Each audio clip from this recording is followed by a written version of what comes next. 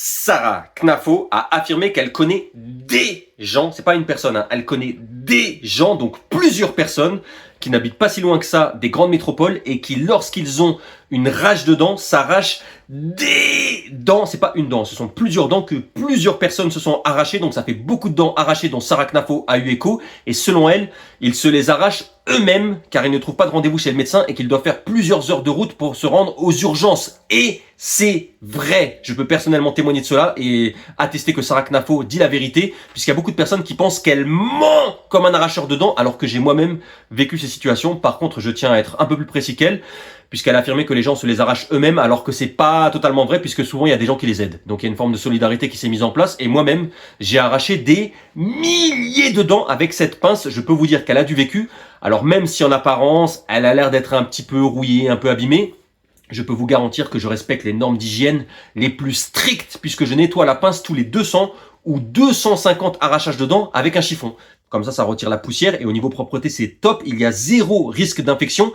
Alors par contre, je tiens vraiment à être transparent pour pas qu'on m'accuse d'être un charlatan. Cette méthode ne fonctionne pas avec toutes les dents. Ça fonctionne par exemple avec les dents de devant, les incisives, mais ça ne fonctionne pas avec les molaires qui ont des racines beaucoup plus profondes, et là c'est beaucoup plus dur de retirer la dent. J'ai beau tirer la dent de toutes mes forces comme ça, je m'appuie sur la personne avec mes pieds, la dent ne vient pas, donc j'emploie d'autres méthodes.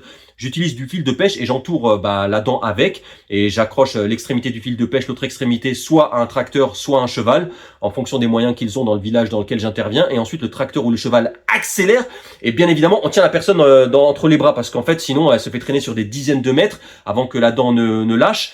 Et donc vraiment au niveau intervention c'est top. Ensuite nous cautérisons la plaie, l'ouverture, grâce à du fer chaud. Alors souvent, on fait appel à un forgeron qui est dans le village, il vient et puis il applique un fer brûlant sur la plaie et puis ça cicatrise très rapidement. Et j'effectue plein de types d'interventions comme ça, c'est-à-dire que je peux aussi intervenir sur des petites infections. Récemment, il y a une personne qui avait une petite infection au niveau du doigt de pied. Eh bien, je lui ai amputé la jambe avec une hache et ensuite nous avons cautérisé la plaie. Donc vraiment, je suis complet, et je me suis formé en regardant la série Dr Queen, femme médecin. Je sais pas si vous connaissez, et j'ai créé un groupe WhatsApp que j'ai appelé Arracheur de dents, et les gens, lorsqu'ils veulent s'arracher une dent ou s'ils veulent une autre intervention, ils me contactent sur le groupe WhatsApp.